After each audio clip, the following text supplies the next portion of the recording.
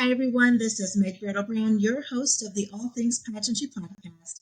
And today we have ShayLee Hunter, Mrs. Utah Petite 2025. Welcome, ShayLee. How are you? I'm good. Thanks for having me. It's so good to be here. Awesome. Well, yes, we just had a brief little convo about you being in the petite system, and this is your first year. And like I said, I've spent maybe 3, 4 years, the past 3 or 4 years with the petite system at different levels, and it's all amazing. So let's start off with this question: what struck you about the petite system that you knew that you had to be a part of? I just love that it was for little girls. So I'm 5'1", barely. And I've always been overlooked for runway or modeling or different things like that because of my size. And it's kind of frustrating sometimes that, like, just because of my genetics, something that I don't have control over has so much dependency on getting into a certain industry. And so I was really excited reading over their prize package of being able to walk in New York Fashion Week and have all the other like petite queens walk with you. So I'm hoping to meet some other amazing petite women through the system. Yeah, it's a great system. I started out with Texas, and it's definitely a good sisterhood to belong to. So I'm so happy that you're a part of the petite system. I know you're gonna have a good time. So tell us some of the details. What kind of categories or competitions will you be competing in at nationals, and when and where is our nationals? Yeah, so Nationals is in July in Chicago, which I'm so excited. I'm a city girl, so I'm super excited just to be in Chicago, the heart of Chicago, the Windy City. And the things that I'm competing in. So I have a 3-minute interview, and then I do fitness and evening gown. And then top five is only for on stage questions. So I'm super excited that this one also didn't have talent. I feel like talent was always my weak point in competing in other systems. So I'm super excited that it really just is about how I speak and my poise and everything else.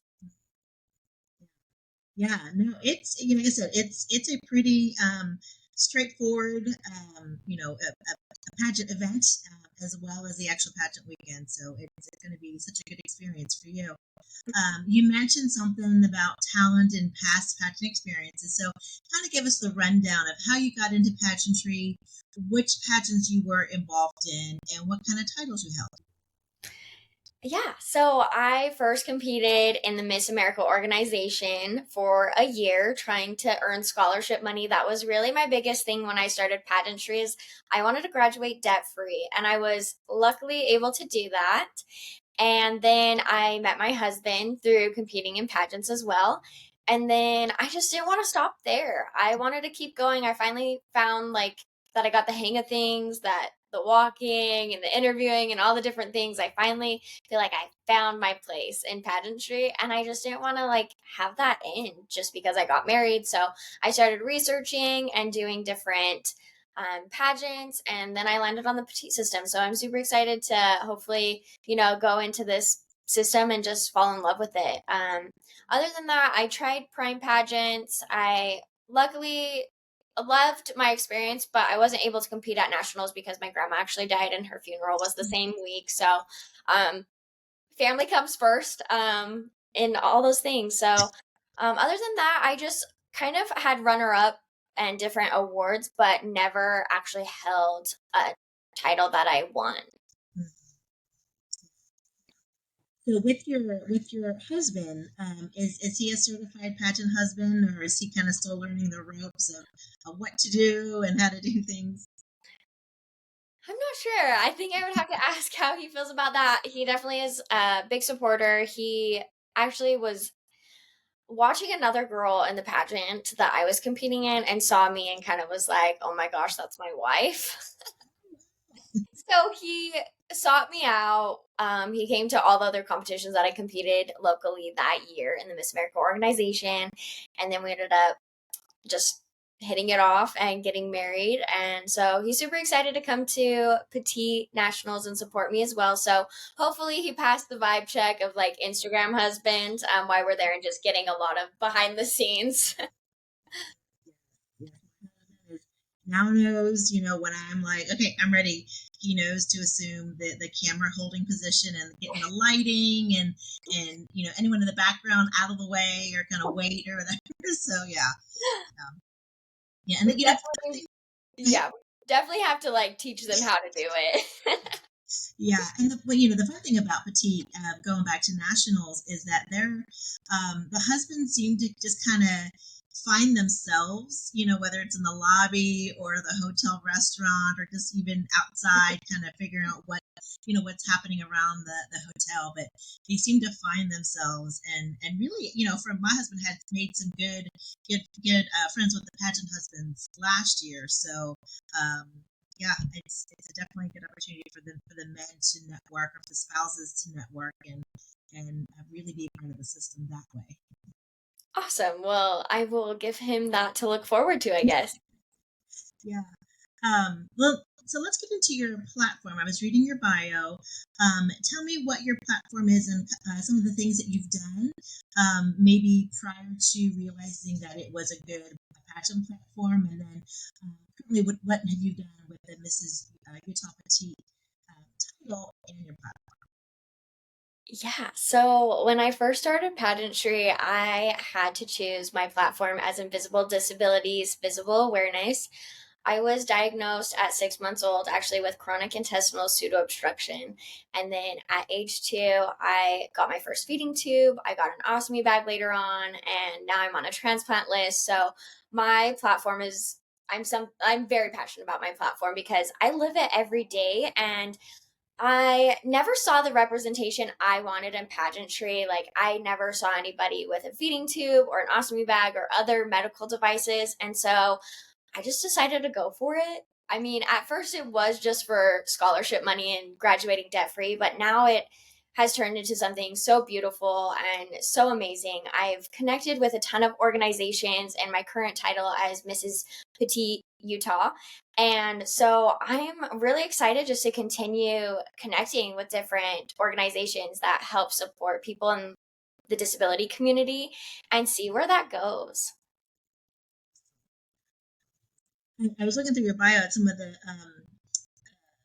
organizations that you've that you worked with and were involved in, and you're right. You don't see that much representation with the disabilities that you were referring to or that had encountered, and it's you know I'm a nurse practitioner, so I know some of the how the patients kind of feel about having the ostomy and having the this and the that, and it's sometimes kind of a short term, not a permanent situation, and other times it is. So, I'm really happy that you're there and you have a voice to, express their needs and their wants and everything, because not all the time they feel very brave or very that they have a place to do both. Yeah, I think it mainly just revolves around like the media in general. Like, you just don't see those things in magazines or, like I said, on the runway or movies, different things like that. It has gotten better, but when I was younger and was dealing with this since birth, like, it wasn't the norm. My the best thing I can describe it as is like growing up, the Victoria's Secret models never looked like me. And they don't look like a lot of women, honestly. But for me specifically, it was like I don't see anybody with an ostomy bag or a feeding tube or, scars. Like, it just wasn't me. Not only was like the petite thing an issue too, but like I just wanted somebody that I could relate to. And I still really haven't had that, but through my platform and my title, I've been able to meet some amazing people that have similar illnesses and disabilities like I do. And so it's been really amazing to meet these people. And, whether or not they join pageantry, at least they know that, there's other people out there just giving us a voice. So, what are some of the challenges with having let me back up. So, do you still have the colostomy, or what is the status of that right now? Yes, I still have my ostomy. I will actually probably have it for the rest of my life. I have short bowel syndrome. So I only have 20 centimeters of my small intestine, which qualifies me for the transplant list. But with having such a short intestine, like there's just no other way to really live without an ostomy bag. So Gotcha. Gotcha. So how I'm sure that takes a physical toll on your body in terms of being in pageant mode during pageant weekend. So what are some of the ways that you have found that help you conserve your energy and then at the same time really help you kind of boost up your energy to be ready for pageant weekend?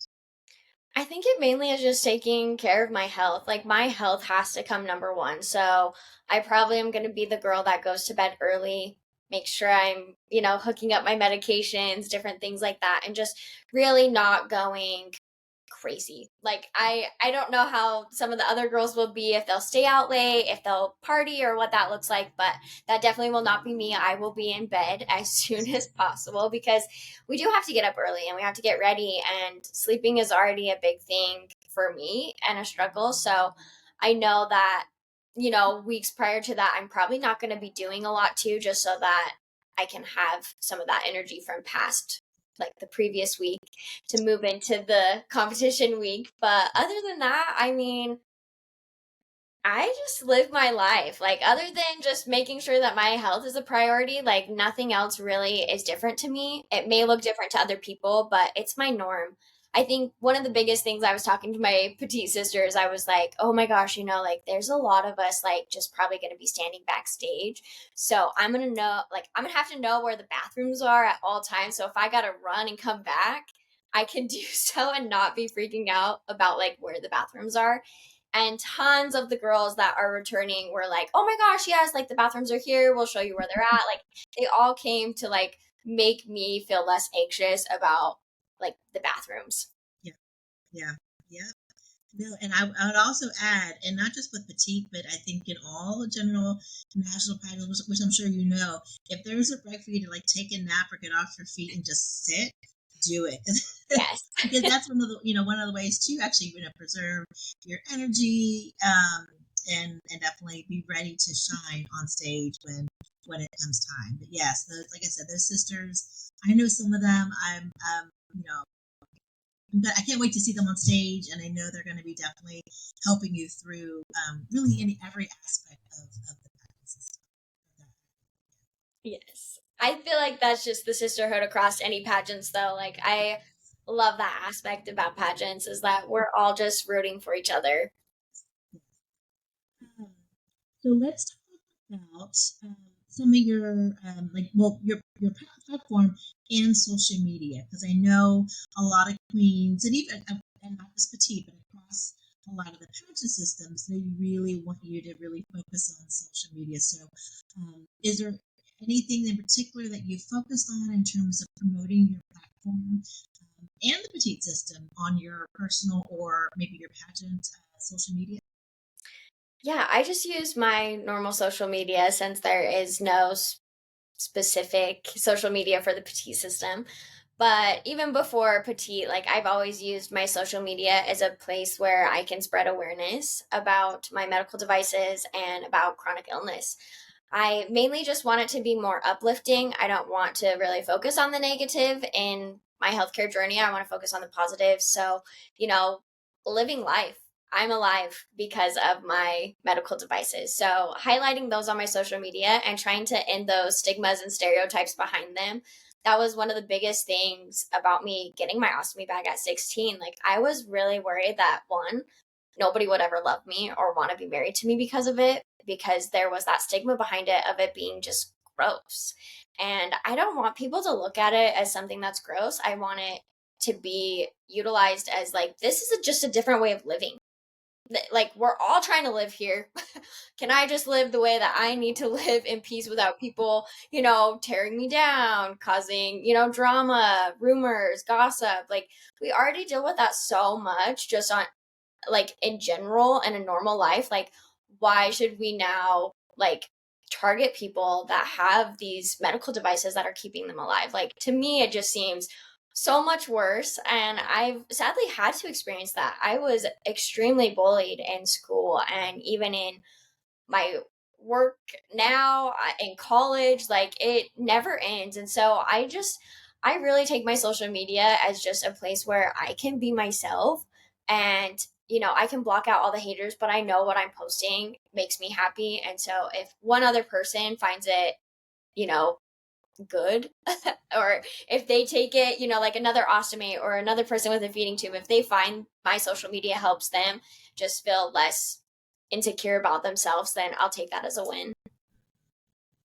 Yeah, I mean, I can imagine as a teenager, 16, like you said, having to have the ostomy. And right, I mean, at 16, whether you're a girl or a boy, you just feel very awkward with your body, with just everything in general. So, I mean, I can't imagine what that must have been like for you to have the all the everyday teenager issues plus the things that you're going through. So I know through social media, through maybe talking to kids in school, I'm sure that you're bringing, like I said, a light to this issue, and then someone young can be like, oh wow, she went through the same thing as I did. I think I can get through these little obstacles because of course, like you said, life is good, but life can be tough sometimes. Yeah, I've actually had a really great opportunity to work with one of our little girls here in Utah. Her name is Kindlin, and she actually was born with the same illness as me. So we have a feeding tube and we have an ostomy bag, and I utilized her as my little miss in the Miss America organization when I was competing. But now, I mean, just that one experience of her being able to watch me, and not only watch me in pageantry, but watch me graduate with my master's degree, work a full-time job, like do all these things in my life, or get married. Like she was my flower girl. Like she's been able to watch me just grow and not define my life by my illness. And so I love that now she's been able just to really be herself and just not care about what others people think, because she's like, well, if ShayLee's going to do it, then I can do it. Like, like ShayLee's doing it. She's my role model. She understands me. Like, if I have a hard time, like, I can reach out to her. But at the end of the day, like, we're still just as important as everybody else living their lives. And so, why should that stop us from our dreams and passions? So, she's actually going to be working with our current Miss Utah and the Miss America organization at their competition in June. So, she'll be on stage helping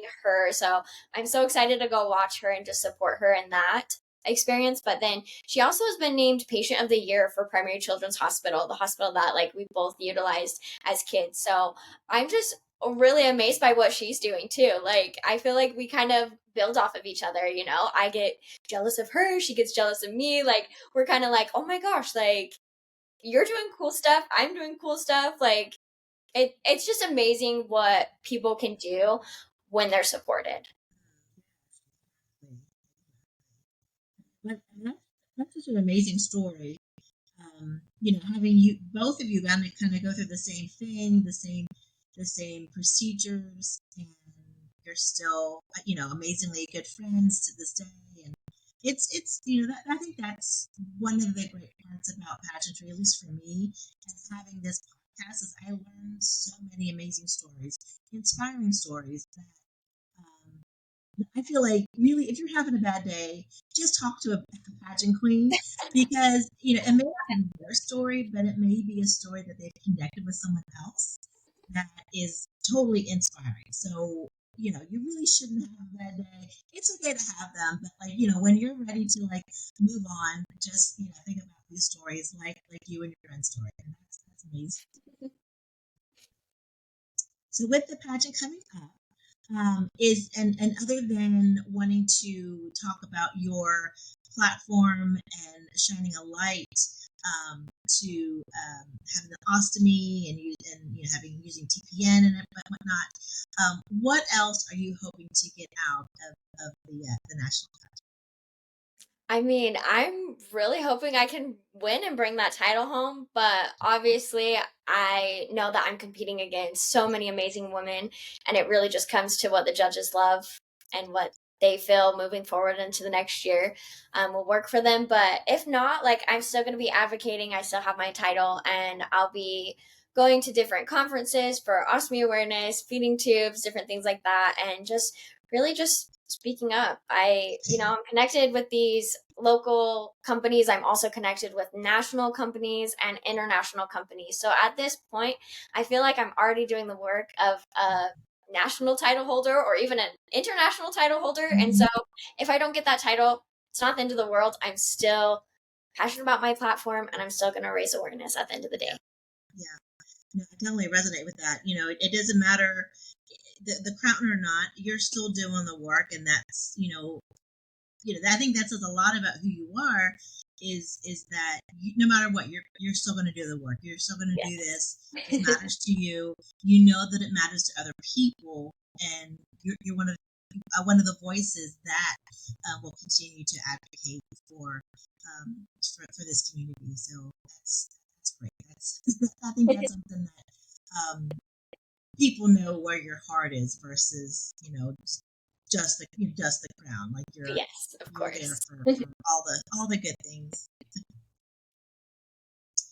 So I think we talked about this a little bit earlier. So if someone that you've met through your journey, this sort of advocacy, wanted to try pageantry, and they weren't really sure whether they could do it for whatever reason that may be, what is some of the things that you would like to share with them to inspire them to just go ahead and do it? I think, like I said before, if you want to chase after your dreams or your goals, you should. Like, nothing in life should hold you back, honestly. Like, I felt for a long time that, my illness held me back a lot, especially with what doctors used to tell me. They used to tell me I would probably never get married. I probably wouldn't live past my 20s. I wouldn't graduate from even high school. And I was like, no. Like, I I'm not going to just do what somebody else is telling me I can't do. Like, if my goal is to compete in a pageant, I'm going to do it. I'm going to figure out how to do it, and I'm going to do it. And I did that with school. I did that with finding my husband. I did that with every aspect of my life. I figure it out. And so if you're interested in competing in a pageant, figure it out. Ask another pageant queen. I'm sure they won't gatekeep. They will tell you how to do it. They will share all the secrets because that's what sisterhood is. And then on top of that, like, Google. Google is amazing just to go down the rabbit hole of finding whatever works for you. I mean, there's so many different systems out there and they all focus on different things. And so find the one that works for you. If you don't like something, go to a different pageant system. I know tons of girls that do that. And so don't also just let one experience ruin it for you either. I mean, my degree is in communications, and my first communication class I took, I absolutely failed. I failed. It was awful. And my advisor was like, hey, like, everything you're telling me leads to communications. And I was like, but I failed the intro to communications. Like, you're telling me I should go into communications? Like, I failed that class. And she was like, yes, try it again. Like, maybe it was just that teacher. Maybe it was just something didn't click that time. That's okay. Try again. Try again. No, I love that. Just do something regardless of those obstacles that either someone else put in front of you or your doubts, your whatever put in front of you. Because if it's something really that you want, like you said, just go through it. Just do it. It's not a one and only a one time thing. Pageants are here for good, and there's always, like you said, different ones popping up. So Yes. definitely keep at it. And there's a lot to pageantry that we've always talked about on this podcast, that it's not like how it was 20, 30, 40 years ago. Some of I think the principles of pageantry are still there, but it's amazing to see how much self growth, self development, self improvement, self confidence develops among individuals who participate in pageants. Yes, I totally agree. I feel like not only has my confidence grown in this, but also just the way I advocate for myself, which is really important in healthcare as well. Um, Being an advocate for yourself is so important, especially as a woman. especially as a woman. Yes, as someone in the healthcare industry, I totally agree with that. Being an advocate for yourself is is a new concept, and I think people are starting to understand that. But if you don't know what's going on, what medicine you're taking, what procedures are going on, then how can it's yes, I I mean, it took me a long time to figure it out because at first it was my parents advocating for me at such a young age.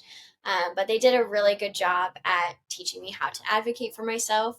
So then I had to reel it back in a little bit and not be so spicy with my health, and really be more of like a collaborator. Like, this is my life, but I also understand that in the healthcare system, like, you guys have rules and regulations, and sometimes maybe you don't feel comfortable, and that's okay. That's okay to be able to communicate that to me. Like, you don't feel comfortable giving me a certain medication because X, Y, and Z. Like, instead of just telling me no, let's have a conversation about it and let's figure out a different solution. And so, being able to collaborate and make compromises too. Like, I didn't realize how much that is a part of the healthcare system and my health and my life moving forward. At first, I just thought, as a spicy 16-year-old, that it was all about me and it was all about what I wanted. And I really didn't understand everything that these doctors and healthcare providers were actually doing behind the scenes. Like, all I cared about is just how I felt and what I wanted. Yeah, I totally agree on what you're saying with it's a conversation with your healthcare provider because it really is because we can suggest a treatment plan, a medication, a procedure, but if you don't know too much about it, we need to explain it to you. We need to educate you prior to saying, okay, well, we'll get scheduled at Tuesday at 9:30. See you then, with no Yeah. explanation of what it's called, what it's doing, what it's supposed to help in the future. So yeah, I think more of that needs to be talked about, needs to be communicated with not just the patients, but with healthcare professionals as well. Definitely, self advocating, patient advocacy is such an important thing. It is. I'm like, that's why I've really loved going to the Oli Foundation. They are all about feeding tubes. So if you know anybody who has a feeding tube, please come to the Oli Foundation. Your community is there. But it isn't just for consumers, it's for caregivers, it's for healthcare professionals. And so it really is a conference where we can all come together and learn about new things, but also like talk about things. And I've loved being able to do that over the years and go to their conferences. So I'm sure there's different conferences for everything, every illness, every healthcare, medical device, whatever it is. Go find a conference because that's really where change happens. Yes. Well, ShayLee, it's so great to talk with you and get to really get to know who you are and what you're about and how your journey has been over these last several years. Where can someone follow you as you are headed to your way to Chicago for a national or the Petite National Pageant? Yeah, I'm on Facebook, I'm on TikTok, Instagram, LinkedIn. I'm on every platform. If you just search my name as ShayLee Hunter, you will find me. I am not hard to find. Well, it's like I said, it's been a great conversation. Petite, all aspects of petite, state, local, or state, national, international, has a really soft spot in my heart. I've been a petite girl, like I said, for several years. So I'm so glad that you are part of the system. You're gonna love it. It's gonna be so much fun, and you're gonna make so many great, amazing, not just friends, but sisters and really good memories. So I wish you all the best in July. I will definitely be following your journey there. And some of my old pageant sisters that will be, uh, participating again in that system. Yeah. So have a great rest of your Sunday, and we'll keep in touch with you. Yes, thank you so much for having me here. And I'm glad that I'm talking with a fellow petite sister queen. And I hope that potentially we can connect as well sometime Yeah, in yeah, person. sounds good. That's good. All right. Well, you take care. Okay, see you. Bye. Bye.